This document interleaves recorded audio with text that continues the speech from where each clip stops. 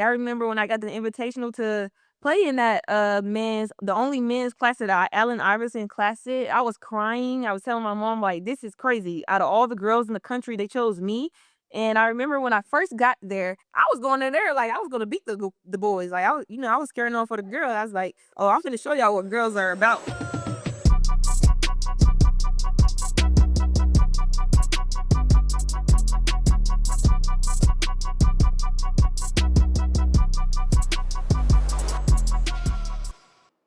Hello, everybody. I am Deja Kelly, and my guest today is Miss Raven Johnson, two-time national champ, the 2025 All Defensive Team member with the South Carolina Gamecocks. Raven, welcome to Philosophy.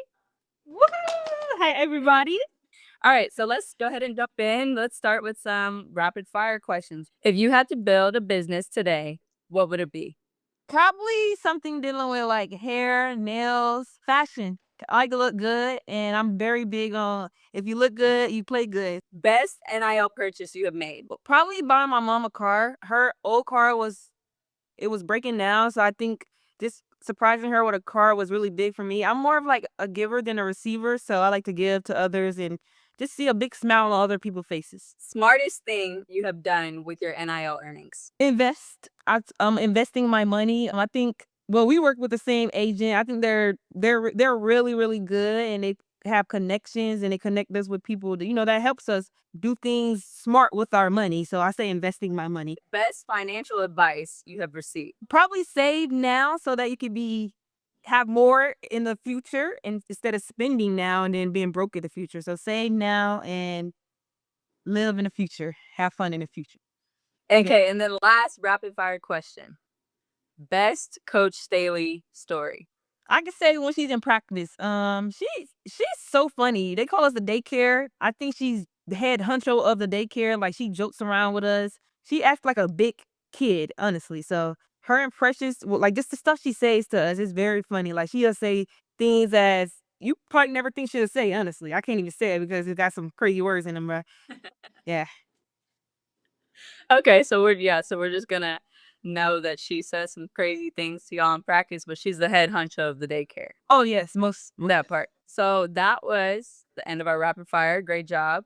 Great answers. So for you, before you got to college, you kind of got to see that NIL came into play. So before even getting any collegiate experience, was there kind of a understanding that you kind of had before coming to college of what you thought your NIL experience would be? Honestly, no. I remember just going on social media, seeing all these girls post they sign with this deal or this deal, and I was like, "Oh, I want to do that." It's cool. Like, who don't want to sign with this deal and be the brand, have this brand on? Like, it's brands that never would have thought of, like Sephora, things you use, honestly. So just like partnering with those type of brands is cool. But now that I'm actually in the midst of the NIL, I think it has its pros and cons, honestly, because it's very time management, and it's hard to fit NIL with basketball, with school, but I'm grateful, so Yeah, so, like, with your kinda understandings of that or just kinda seeing it beforehand, seeing the posts, seeing the announcements, how would you compare then to now you're living in NIL and you've had your own experiences, so how would you kinda compare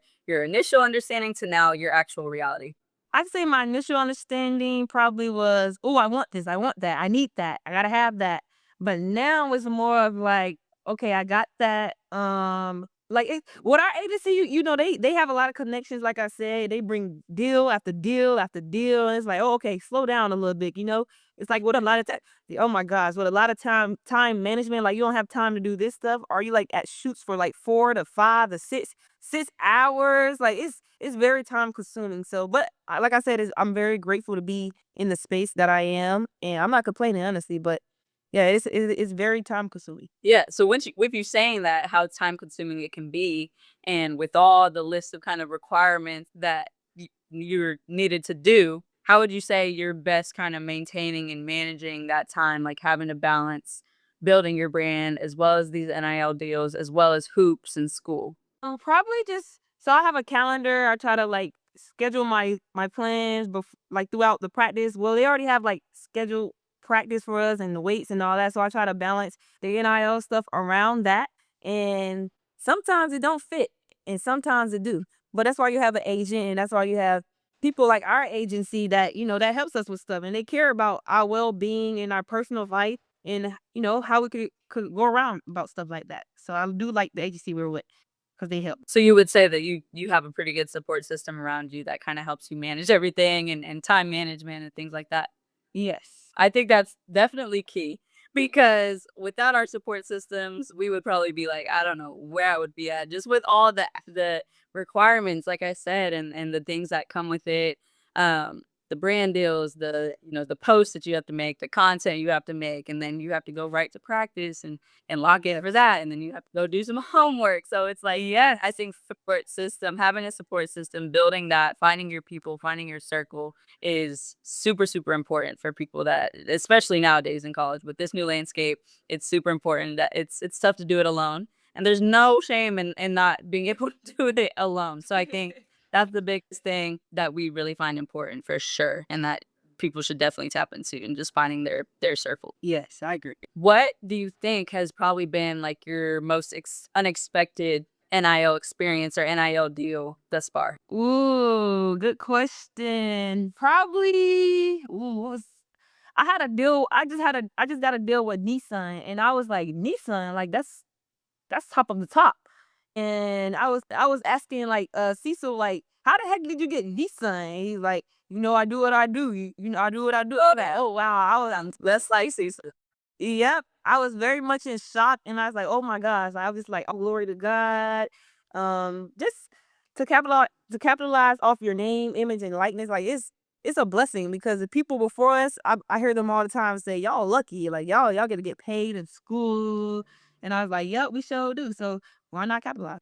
So being able to like hear your agent, Cecil, being able to give you a call or a text, whatever it is, and tell you like, I have this NIL deal lined up for you. You know, what is the feeling or thoughts that go through your mind? You kind of just spoke on it, but like just with all of your deals, all the opportunities that you get or that NIL brings, what's your thought process? And like, this is really my life. I'm a collegiate athlete who gets to experience capitalizing off of my name, image, or likeness, who gets to get compensated for that, all while playing the game I love, all while getting a degree. Like, what, when you hear about these certain deals and these big name deals like Nissan, what kind of goes through your mind and what does that mean for you, for your family, for your kind of support system as well? I think it honestly tells you about the agency that I chose and also not even that myself. My name, the school I chose and stuff like that. I think is really big, honestly. I can have that support of my agency and know that they will come through at any time and they have the best interest for me. And they just honestly, Cecil will be like, just handle your business on the court and everything else will take care of itself. And I'm like, all right. I call him boss man because he said that's how he carries himself. I'm like, all right, boss man. And he always come through. So I'm very blessed to have him as my agent because he gets the top of the top deals. And I remember before I even started getting deals, I was watching you get all these top deals. I was like, yeah, Deja is that girl. Like she's getting the deals that everybody wants. And it's just things like that. So Yeah, I definitely, and of course, having an agent, I think, has helped just take a complete load off as well. Because again, agencies have these connections. Cecil has these connections, so I think being able to utilize him as a resource is definitely huge. Raven, for this next segment, you may have seen the Nike So Win campaign. Have you seen it? oh yes, it's very inspirational, honestly. Very, very much so. It's a phenomenal campaign. So with this segment, I want to hear your so win story. Like, what is a time that someone told you that you couldn't do something or that they doubted you, and you pushed through and turned that doubt into determination and pushed through adversity? My so win story would be by 2022-2023 season. We lost in the final four and I went viral. Like I went more than viral, actually. Like it was on every social media platform you can think of me, of Caitlin Clark, which she's a great player. Don't get me wrong. Of Caitlin Clark waving me off, it made me want to get in the gym and work on my craft and work on my weakness because I was getting hateful comments and I was getting also racist comments towards myself. Like people that don't even know me, they were just saying things that weren't even true about myself, and it made me second guess things about myself. It made me look in the mirror like, why am I even playing basketball to get hated on, to go through things like this? But I think this was the best thing that ever happened to me, and it made me get in the gym, like I said, work on my weakness, and that next year, we won the national championship, so I turned a negative thing to a positive thing, so I think that was like a so-win moment for me, definitely. I think that just speaks to, like, how strong us as female athletes are to be able to go through things like that with the landscape of college sports now where everyone's put on under a microscope and put in such this bright light. So everything you do is magnified either way. And then that comes with all of the social media hate. Like unfortunately, that's just a part of it now. And it's just like, okay, how do we as female athletes now deal with that? How do we go about it? We can either turn around and just lay down and let it completely take over us and our power, or we turn that, like you said, into motivation, into adding fuel to the fire and being able to do something about it. Not for them, but for yourself, right? It's not for anyone else but you and again your support system, all of that. Like I think that's something that's super important that speaks to you as a phenomenal person and player for you to be able to overcome all of the extra things that came from that social media trend, whatever it was. Like I think that just speaks to you as an athlete, like for you to be able to overcome that and really literally completely do a 180 and better yourself and better your games. It was like, what are y'all gonna say now? Right? Like you can't say anything else about me. And again, I think that's a huge testament to just who you are as a person and again as a player overall because it's not easy to do, but I think us as female athletes, like that's something that we do on a day that we deal with on a day-to-day basis. Some more magnified than others. So I think it's insane. Like this social media landscape is insane. I'm sure you've had multiple experiences with that, but that one, like again, just being able to overcome that. Also, let's talk about the time where you were the first woman, female, to play in the All-American Iverson Classic game. Talk about your experience with that. Again, being the only female there like that, for you to hold it down as you should. Just talk to me about that experience a little bit and what went into that. Oh, it was crazy. I remember when I got the invitational to play in that, the only men's classic, the Allen Iverson Classic. I was crying. I was telling my mom, like, "This is crazy. Out of all the girls in the country, they chose me." And I remember when I first got there, I was going in there like I was gonna beat the boys. Like, I was scaring on for the girl. I was like, "Oh, I'm finna show y'all what girls are about." Like, we run basketball. I was saying stuff like that.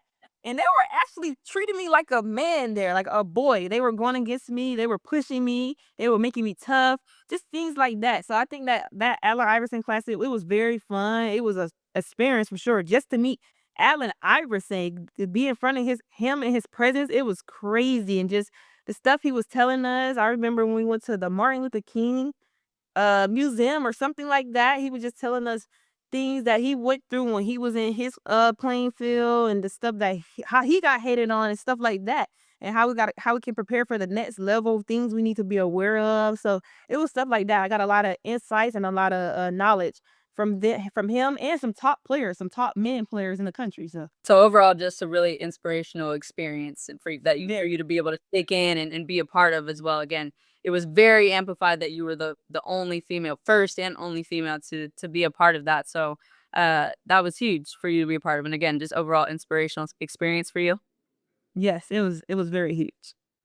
Yeah, 100%. I remember seeing that all over social media, and I was like, "That is so dope for her to be the only one there, and for her to get this experience and go against all these top men's players in the country." Like, and being with Allen Iverson, being able to get some knowledge from him, that was definitely a dope experience to see from afar for sure. Yes. And then this next segment, as you know, we're more than just basketball players. We're more than just business women. We're ourselves. We're a brand, our own brand. So let's talk beyond NIL a little bit. How do you go about NIL and using it to just take ownership of your own life and ownership of your brand and what you stand for and kind of how you go about your day. Honestly, I use NIL as a platform to tell people about myself or to get people just to get closer to audience or like to get people to know me a little bit more without really knowing me. I think like brand collaborations like Sephora, like I was saying, or like Lululemon, like those girly collabs, they just tell you all about a player and what they like and what they the things they like to do off the court. So I think the stuff like you like to do off the court, I think it kind of translates to on the court things. Like I'm really big on you look good, you feel good, you play good. So stuff like that. 100%. And would you say that these experiences, these NIL experiences have like empowered you in a way and have really motivated you to build for future generations, for generational wealth, like just being able to build on that, like the fact that you're able to just take ownership and build that yourself, again, with the help of your support system, but just for you taking ownership of that part of your life.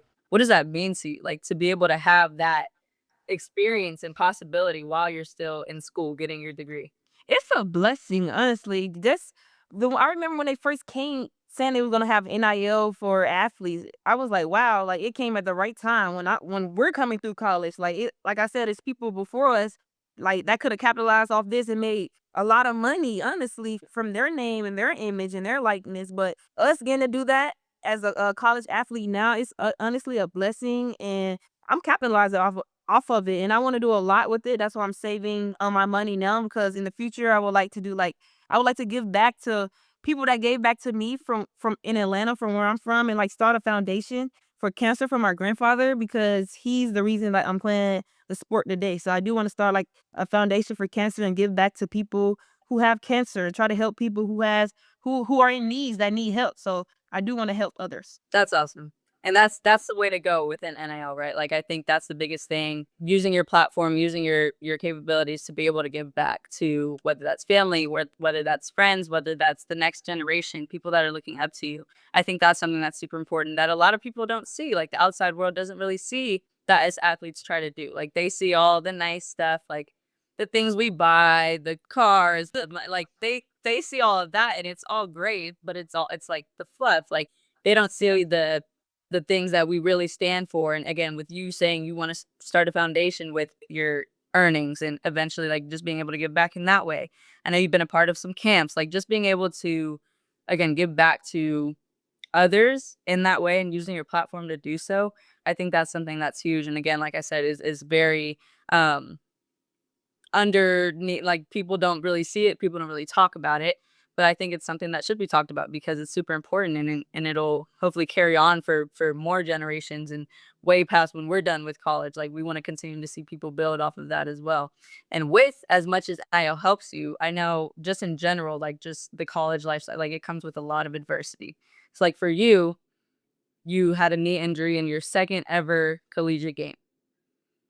I'm sure that was super, super tough for you, but, like, talk to me about how you pushed through adversity, like, what really got you through that tough moment for you to be able to come out and blossom out of that? My teammates, the people I was surrounded by, I have a great support system. They push me every day. The days I did not want to go to rehab, it's the little things, like the days you don't want to do things. They push me to try to go to rehab and take that 1%, take that one step closer to getting back to the court. I remember, oh, believe it or not, I remember I gained 30 pounds from this injury. Like I was a hippo, like I was big. I was I was big and I was depressed. That's why I was just eating things. Like that was my first real injury and it was a hard injury. Like I had to learn how to re-walk again, run again. I had to just train my leg to do the basic needs. And I was like, this injury making me have to do all of this. And I think like just overcoming that injury, I think if I could overcome that injury, I could overcome anything in life. Like it's just God does things for a reason. So I think, he did that on purpose and well, he did that for a reason and I think I overcome the injury. Yeah, and you've blossomed from it, like, you've seen it. You're a two-time national champ. You're the engine of a very, very good South Carolina team. Like, for you to be able to turn that adversity into, like, your story, your testimony, and for you to be able to live through that, I think is so inspirational to see, and for younger generations that are looking up to you, like, for them to be able to see how you get through that and hear your story too of how you got through that, I think that'll definitely inspire and motivate lots of people more than you know. So for you, again, for you from the outside looking in, just being able to see how you fought through that and overcame that to become the person and player that you are now, kudos to you, girl. Thank you. Thank you. So for this closing segment, Raven, I want to ask you, everyone wants to know, what is your philosophy? Honestly, I hear this all the time. My mom, she says this to me. Be in the moment where your feet are, and I think I just enjoy the process and just, feel like my motto is that's why I love tomorrow. I mean, I love opportunities, and I think I get opportunity every day. And if once you get an opportunity every day, I think you should very much capitalize on it because everybody don't get opportunities every day, or everybody don't get the same chance to have just things like that. And I mean, also, like, don't get too high with the highs and don't get too low with the lows. Like, be yourself. Don't let nobody put you in a box, and don't let nobody tell you what you can't do because there's so many people that's going to tell you what you can't do. They never tell you what you can do. They always say you can't do this, you can't do that. Just don't let no one put you in a box. Like, you know what you can do. No one knows you better than you know yourself. So don't let nobody put you in a box. 100%. That was so well said. And I think so many people need to go by off of what you're saying. You definitely are living proof of what you stand for by not letting anyone put you in a box, by taking it day by day, by being in the moment and being where your feet are. I think that those are super, super important keys to one, just being a collegiate athlete, but also while being a businesswoman, also while being a student. I think all of that just goes and connects together into you thriving in the space that you are in the NIL space as a basketball player, as a person. You're definitely living proof. And again, like I said, you motivate so many people of how you're handling your business and how you go about your business. So kudos to you. Thank you, and vice versa. Keep knowing your thing, Deja, because everybody's watching you, and you're that girl. Well, Raven, it has been such a pleasure to have you on the show today. I appreciate you sharing your story, your experiences, your NIL experiences, your success. I wish you even more success on both the business side and the basketball side. Like I said, you are a phenomenal young woman, basketball player, hooper, all the things that you are. Keep living out your dreams, girl. I will be watching and I'll be rooting for you. And before we leave, let's go ahead and toast with our Ollie Pop here. Crack this thing open. Cheers. Hey. Take this. You need to take this with you come tournament time. This will be your go-to drink. Oh, yeah, this is good. There we go. I'm glad you enjoyed. I tried to get your colors that match the Gamecocks a little bit. So there we go. You could share that with your teammates too. Give y'all a little. Oh, they love this. Well, once again, thank you so much. It has been such a pleasure. Enjoy your Ollie Pop and good luck to you the rest of the season. You too. Thank you, girl. Bye, guys.